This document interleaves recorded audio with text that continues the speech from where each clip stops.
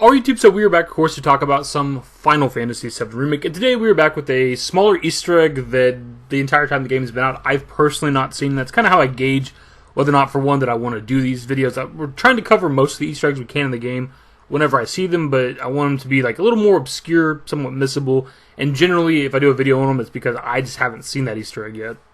Also, when it comes to people sharing these online, usually on Reddit, I kind of gauge how the post goes in terms of like the comments, but also like the upvotes and downvotes, stuff like that.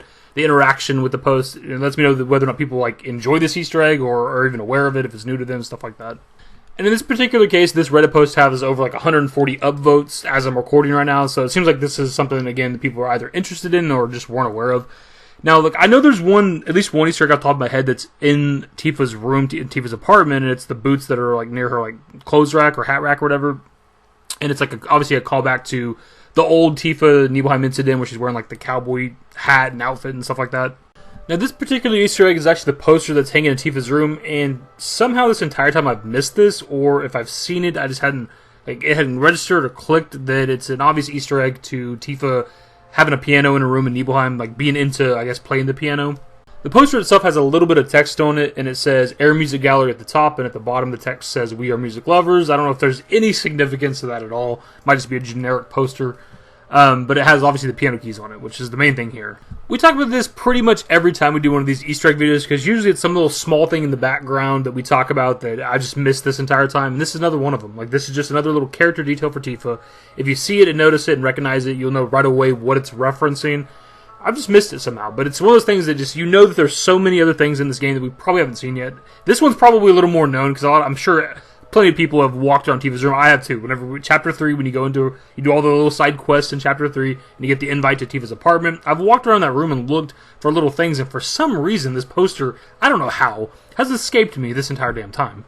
Because I remember back when the game first came out, a couple hours in, Chapter 3, do all the side quests and everything, get invited to Tifa's apartment. I remember walking around looking for stuff. I seen the boots near, like, the clothes rack or whatever, hat rack. I don't know what the fuck to call it for some reason. And instantly, right away, knowing what that was a reference to, because Tifa does wear boots, but they're more like, I don't know, like work boots or something. They're not like tall, knee-high, damn near cowboy boots. I'm kind of curious if there's like a lore reason as to why she would still have those boots. I mean, obviously it's probably just like an Easter egg for the players and stuff like that, but still, it's like, has she been wearing those and keeping those since the Nibelheim incident some years back or whatever? Like, does she still wear them sometimes? That's kind of hot, actually. But the fact that they put that poster in her room to reference her being into like playing the piano and stuff like that, it'd be interesting if she mentioned that at some point. I'm assuming that's never been mentioned in part 1. I don't recall her ever saying anything about it. But going forward with part 2, obviously we call him Flashback, assuming that's the beginning of the game. We should be able to play Tifa's piano if we want to, potentially. Like, I don't know if it's going to be like it was in the first game, where you do or don't have the option, and if you do, Tifa like chimes in when you tell him the story. I don't know. It remains to be seen. But it'd be interesting if they like actually had the character herself talk about being into playing the piano.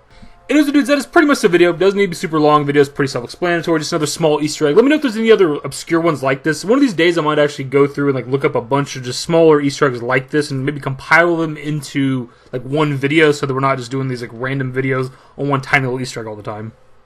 Either way, my dudes, that's the video.